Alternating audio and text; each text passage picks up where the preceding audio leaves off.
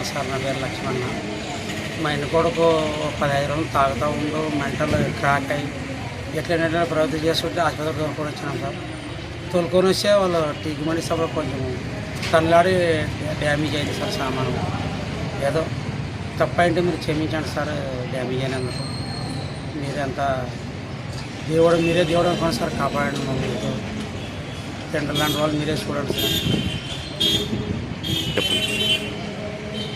ఒక కొడుకు కూతుర ఉన్నాడు సార్. ఆ పిల్లడి పేరు రాఘవేంద్ర.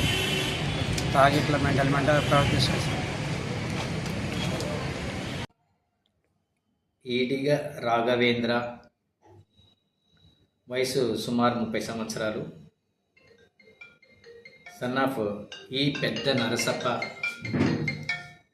ఆరేకల్ విలేజ్ అనే వ్యక్తి క్యాజువాలిటీకి చికిత్స కోసం రావడం జరిగింది. సో క్యాజువాలిటీలోకి ఎంటర్ కాగానే, క్యాజువాలిటీకి రాగానే తను ఒక ఐవి స్టాండ్, అక్కడ ఉన్నటువంటి క్యాజువాలిటీలో ఐవి స్టాండ్ని తీసుకొని ఉన్న ఫలంగా ఈ మల్టీపారా మానిటర్, ఇన్ఫ్యూజన్ పంపు, తర్వాత వెంటిలేటర్ మానిటరు, ఇవన్నీ ధ్వంసం చేయడం జరిగింది. ఇవన్నీ అత్యవసరమైనటువంటి ఎక్విప్మెంట్, పరికరాలు. అంటే క్యాజువాలిటీలో అత్యవసరంగా అందించే ట్రీట్మెంట్లో భాగమైనటువంటి పరికరాలు, వీటన్నిటిని తను ధ్వంసం చేయడం జరిగింది.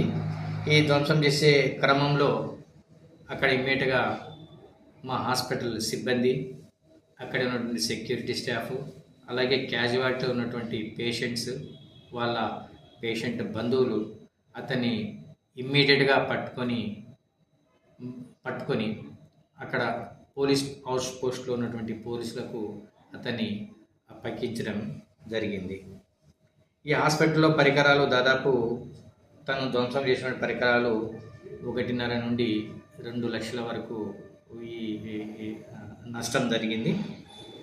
ఈ విషయాన్ని మా పై అధికారుల దృష్టికి తీసుకెళ్లడం జరిగింది.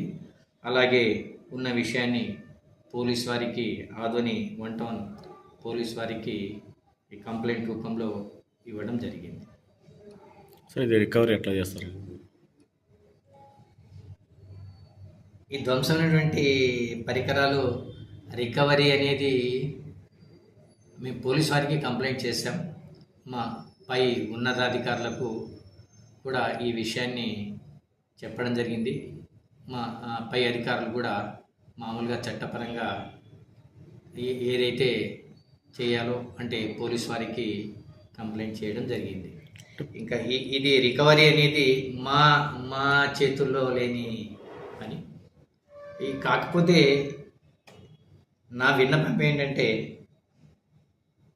ఏ వ్యక్తి అయినా ఇట్లాంటి క్యాజువాలిటీకి వచ్చేసి ఇలా ధ్వంసం చేయడం వల్ల అది మిగతా వచ్చే ఈ పేషెంట్స్ ఎవరైతే అత్యవసర చికిత్సకు కొరకు వస్తారో పేషెంట్స్, వారికి ఈ పరికరాలు అందుబాటులోకి ఉండవు. ఇంకా దానివల్ల మిగతా పేషెంట్లకు అపారమైన నష్టం జరుగుతుంది.